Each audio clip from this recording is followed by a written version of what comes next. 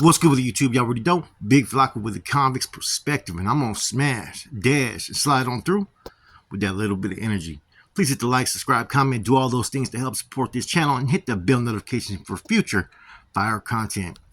You know, as you can tell, I'm touching on a topic that's going to be kind of maybe sensitive for some, and I'm gonna try to be as raw and real as I can be. And we're gonna talk about who fights better, Nortenos or Surenos. A lot of times you'll see in the comments, you'll see Nortenos talk about, oh, Southsiders can't fight. You guys have to rely upon numbers and whatnot. You'll see a video, Utah prison. 8 Surenos rushed 1 Norteño. He held his own. So sometimes you see these incidents that have happened, and people start to have a mindset that Southsiders in general can't fight.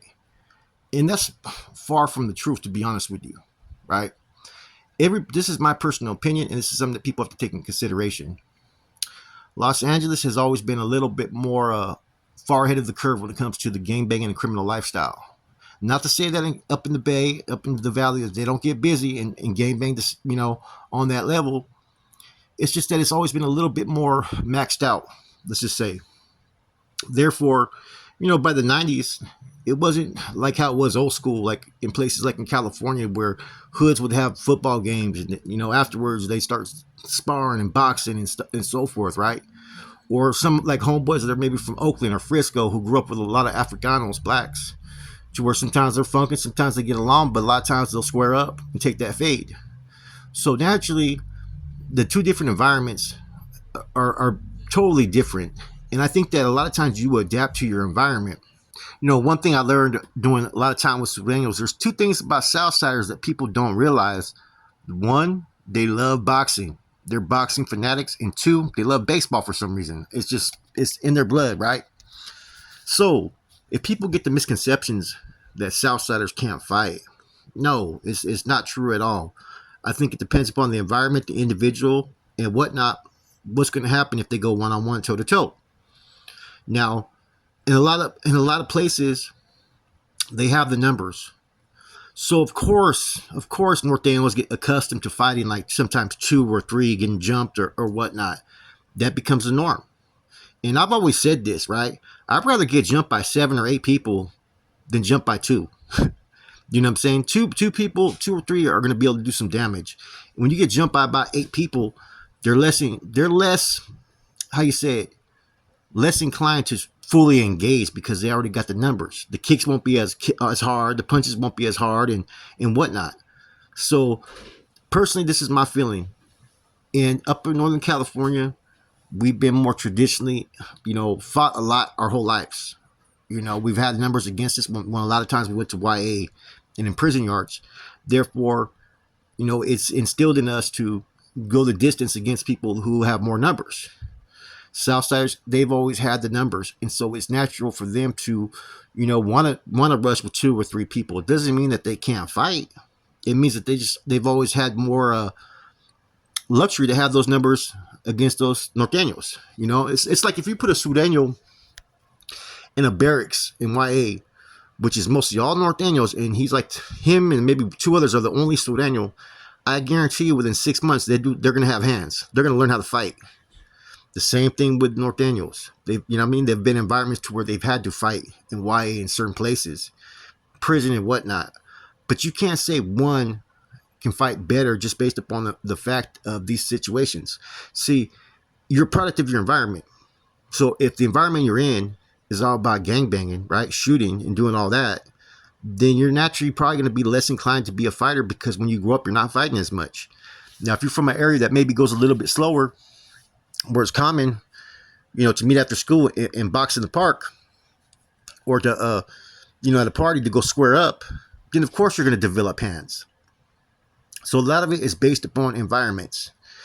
And so naturally, I can't sit there and say that the Norteños can fight better, but I'm not going to say they fight worse, right? Same thing with a lot of the Bulldogs. A lot of the Bulldogs naturally have hands, right? And there's 2 reasons why. I'm going to tell you one thing. Dislike for San Jose. If you get a dude from Fresno and a dude from San Jose, both those dudes are going to put the fucking best effort into that fight because there's a long, extensive history, even when they were rocking together, of just fucking having that little dislike because they were the 2 biggest cities up north. right? And number two, the odds are against them now. So naturally, they're going places where they're fucking 12, 15 deep and getting rushed by 50 or 80 people. You start to adapt to your environment, you know. So it would be disrespectful to say that the Southerners fight worse. No, they're just, a lot of times they're in environments that they don't have to fight, or the environment they're in, it's all about pulling that trigger or pulling that still. The one thing about all these groups is this, is that they're all willing to go the distance. They're going to have riders in all these factions, and then they're going to have weenies of all these factions. And I think it'd be disrespectful for me to say either side fights better, you know. But I will say that different environments, different strokes for different folks.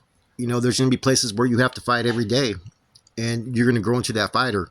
So the potential in every individual, it's going to depend where they're at. You know, there's going to be places where you learn to fight. There's going to be places where you don't have to learn to fight. The odds are against you. And it's just, that's just how it is. You got those with the mob mentality. They're deep. And, you know, it goes back to like growing up out there in San Jose, right?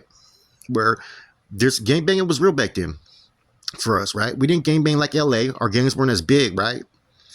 You know, a typical hood with their generation, you know, is going to be anywhere from like 20 to maybe 60 heads that generation, right? So you got some dudes that were from bigger hoods, and see, sometimes they would rely on that name. They'd hide behind that name, but then you catch them one-on-one, and you may be from a small hood that's only like 12 or 14 deep, and you put tips on that dude.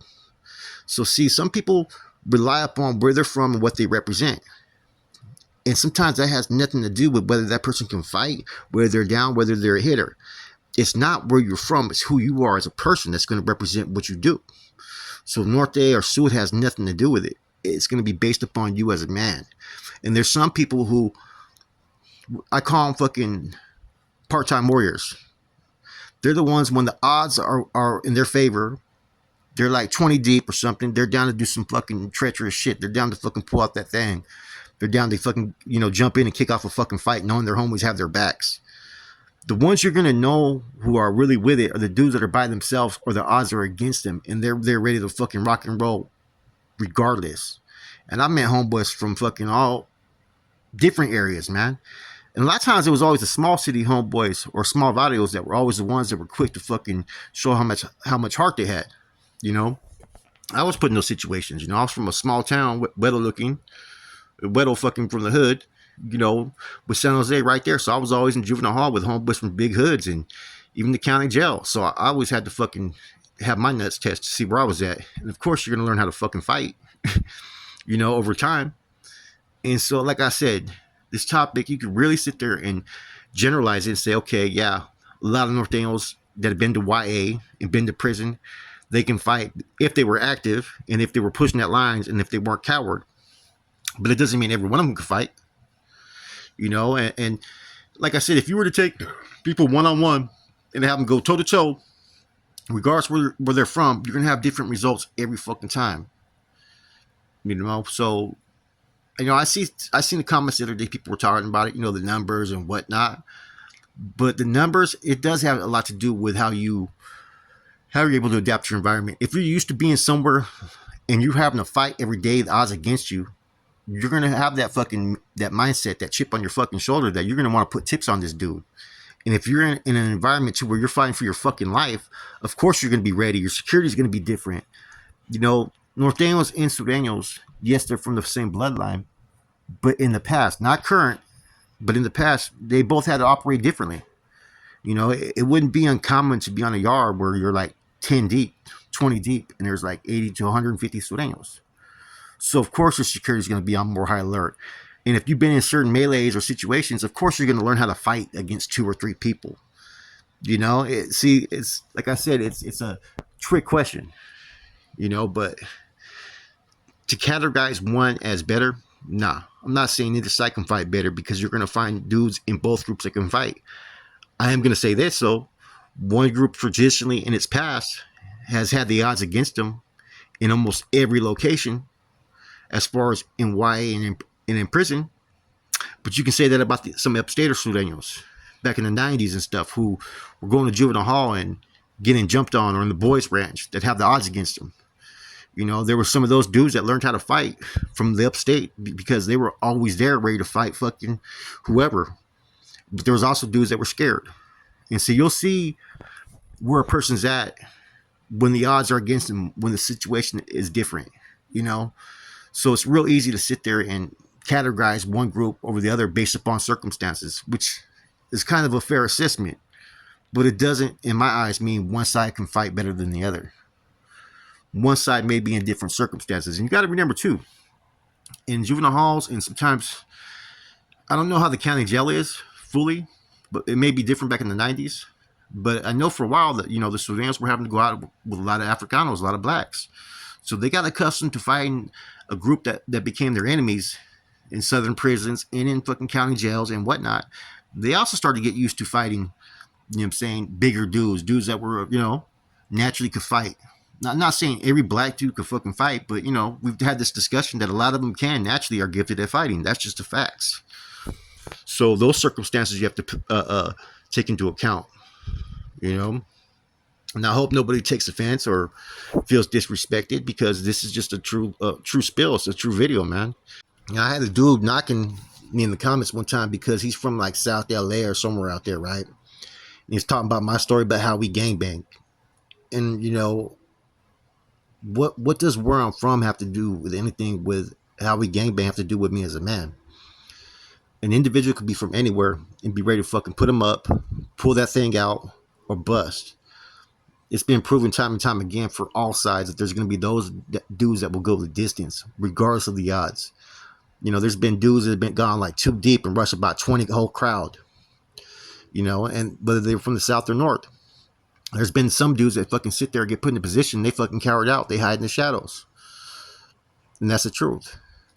But we have to look at this as traditionally, how has the circumstances been? And the truth is, the circumstances, Nortenos have had numbers against them almost everywhere they go. So they're used to fighting all the time against odds that are against them. Southern California, like I said, a little bit different. Even when they have conflicts in hoods, a lot of them are fucking shooting. Nowadays, everybody's shooting. Everybody's wearing them skinny jeans and they're fucking shooting. But you take the gun, you have to take the guns and put them down when you go to prison. And that becomes a strategic game. It becomes a numbers game. It becomes what you land on. Who are you with? Because not everybody that rocks with any particular group is always going to be a hitter or a rider. There's some dudes that have to hide behind a bandana. You know what I'm saying? They're always in the shadows every time the phone kicks off. And there's some dudes that fucking don't give a fuck. They run straight to it. That's the difference between a fucking warrior, a soldier, and whatnot, and a leader. Because they're going to have that in their heart to go the distance, regardless of what it is. Anyways, I'm sure I'm going to have a lot of comments, but I hope people look at it through what I'm saying. I'm not saying one side fights better. I'm saying one's used to fighting in different conditions. One's from a different environment, a different climate. Those back in 40 years ago, that's all we used to do out there is fight. 30 years ago, fight.